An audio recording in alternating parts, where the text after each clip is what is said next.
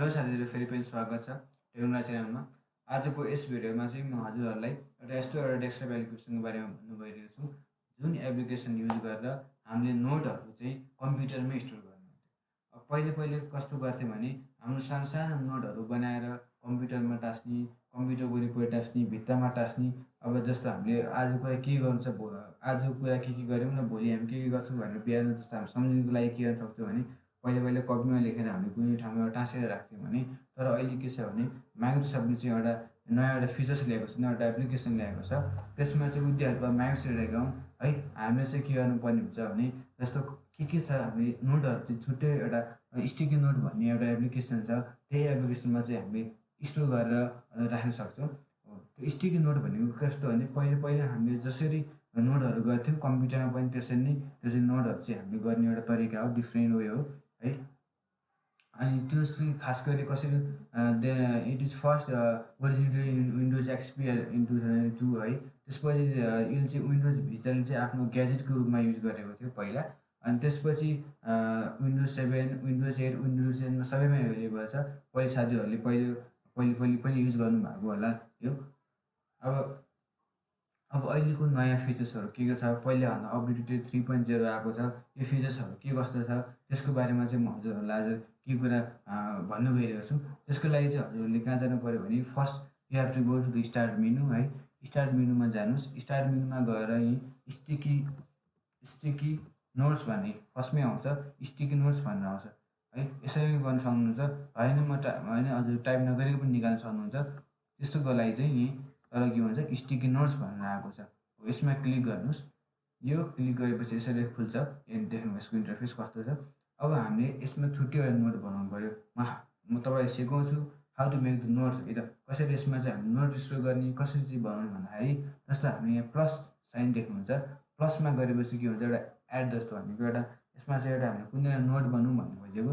प्लसमा जानुहोस्। जस्तो हामी नोट के बनाउन सक्छौँ भने जस्तो हामी के भन्न सक्छौँ, मिट एट मर्निङ 7 AM भनेर राख्यौँ, एउटा नोट्स लेख्यौँ है।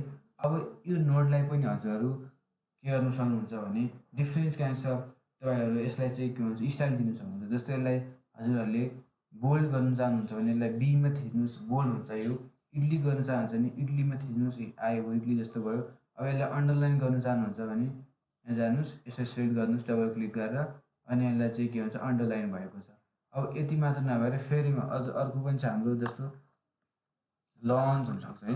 लन्च एट 9 AM 9 AM चाहिँ हामी लन्च गर्ने भन्दाखेरि तपाईँहरू के हुन्छ, अब दुइटै जस्तो हाम्रो नोट त भयो नि त हाम्रो है। यो नोटमा चाहिँ अब अझ हामीले यसलाई बुलेटको रूपमा पनि राख्न सक्यौँ। जस्तो बुलेटको रूपमा राख्दाखेरि यसलाई दुइटैलाई सेलेक्ट गर्नुहोस्। यो सेलेक्ट गरेपछि हजुरले यस्तो देखाउनुहुन्छ। टगल बुलेट्समा जानुहोस्। यहाँ क्लिक गरेपछि के हुन्छ, यहाँ दुईवटा बुलेटमा आयो है।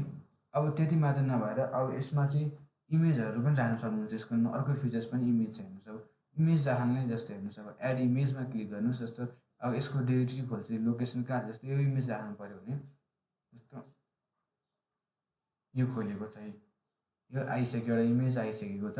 यो इमेज पनि यसरी हजुरहरूले राख्न सक्नुहुन्छ। होइन यो बाहिरको कालो कलर चाहिँ मलाई मन परेन, म अर्कै कलर पनि युज गर्छु भन्दाखेरि हजुरहरूले यसको कलर पनि चेन्ज गर्न सक्नुहुन्छ। त्यसको लागि चाहिँ हजुरले कहाँ चाहिँ 3 डट भएको साइडमा जानुहोस्, त्यो मेनुमा। यो मेनु जाँदाखेरि हजुरहरूले यहाँबाट चाहिँ you can save the notes हेर्नुहोस् है। त्यसपछि के हुन्छ, हजुरले ग्रिनमा चाहन्छ भने you can click here, then ग्रिनमा आएको छ यो नोट। अब if you want yellow then you can click here, it becomes yellow, yellow आएको छ। यसरी त हामीले युज गर्न सक्यौँ है। अब त्यति मात्र नभएर हामीले with the help of Microsoft account है, यसमा चाहिँ हामीले माइक्रोसफ्ट एकाउन्ट साइन इन गरेर चाहिँ के गर्न सक्छौँ भने at any time at anywhere के जहाँ पनि हामीले यसलाई युज गर्न सक्छौँ। हामी त्यसको लागि चाहिँ first you have to login into your Microsoft account है। जस्तो यो म पहिले नै के भन्छु, माइक्रोसफ्ट एकाउन्टमा मेरो लगइन भइसकेको छ, त्यही भएर यस्तो देखाएको छ। देन एउटा अप्सन आएको छ इनेबल इनसाइट्स भन्ने, यसलाई मैले अन गरेको छु। इनेबल इनसाइट्स भनेको कस्तो भन्दाखेरि यसले गर्दाखेरि चाहिँ हाम्रो कोटना बिङ हुन्छ नि होइन, तिनीहरूले चाहिँ कसरी रेकगनाइज गर्छ।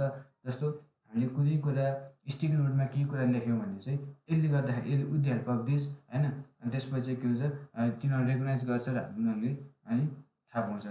अर्को अप्सन छ कन्फर्म बिफोर डिलिटिङ भनेर आएको छ। कन्फर्म बिफोर डिलिटिङ भन्दाखेरि कस्तो हो भन्दाखेरि जस्तो एउटा स्टिकी नोट छ, सपोज यही नै छ होइन, यो स्टिकी नोट छ, यसलाई डिलिट गर्नुभन्दा अगाडि बिफोर डिलिटिङ चाहिँ हामीले यसलाई चाहिँ डिलिट गर्ने एउटा कुनै एउटा अप्सन आउनुपर्छ कि पर्दैन भनेर सोधेको।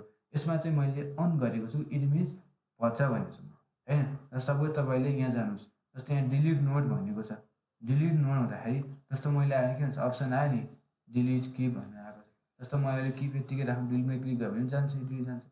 अब होइन यसलाई म अनसेट गर्छु भने के हुन्छ, हजुरहरूले यसलाई जस्तो डिलिट गर्नुभयो भने यहाँ डिलिटमा क्लिक गर्नुभयो भने इट विल बी डिलिट, हेर्नुहोस् डिलिट भइसकेको छ। यसरी पनि हजुरहरूले युज गर्न सक्नुहुन्छ। त्यति मात्र नभएर हजुरले जस्तो यो छ नि यसको हाम्रो कलर चाहिँ यसको जस्तो कलर चाहिँ लाइट डार्क छ नि युज गरेको छ नि, यसको चाहिँ हाम्रो यसको इन्टरफेस यो डार्क छ अहिले है। जस्तो बेला लाइट बनाउनु चाहन्छ नि लाइटमा क्लिक गर्नुहोस्, डार्क छ भने डार्क नै भयो। यसमा तिनवटा चाहिँ अप्सन छ। Then it comes the help and feedback भन्ने अप्सन छ।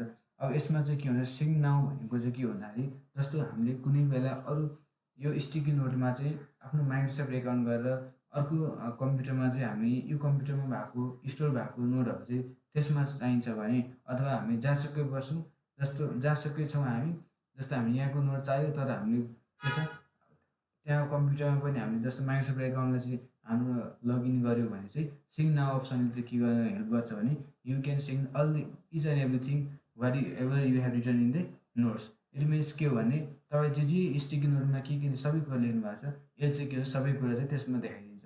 त्यसले गर्दाखेरि के भयो होला बढी हेल्पफुल भयो, हजुरलाई बेनिफिसियल भयो, यदि हेल्प भयो भने चाहिँ हजुरले मलाई चाहिँ कमेन्टमा पनि भनिदिनु होला कहाँ के कमजोरी छ के कस्तो भएको छ भनेर। अनि त्यति मात्रै नभएर हजुरहरूलाई राम्रो लाग्यो र अरू नयाँ यस्तै खाले भिडियोहरू चाहिँ ल्याउनुहोस् भन्नुहुन्छ भने मेरो च्यानल चाहिँ लाइक सेयर कमेन्ट र सब्सक्राइब गर्नु होला। साथसाथै बेल आइकनलाई पनि क्लिक गरिदिनु होला। त्यति मात्र नभएर अल नोटिफिकेसनमा क्लिक गर्नुभयो भने हजुर कहाँ जुनसुकै भिडियो पनि मैले अपलोड गरेर राखेँ भने तपाईँकोमा चाहिँ फर्स्टमा आउँछ। हस् त, धन्यवाद।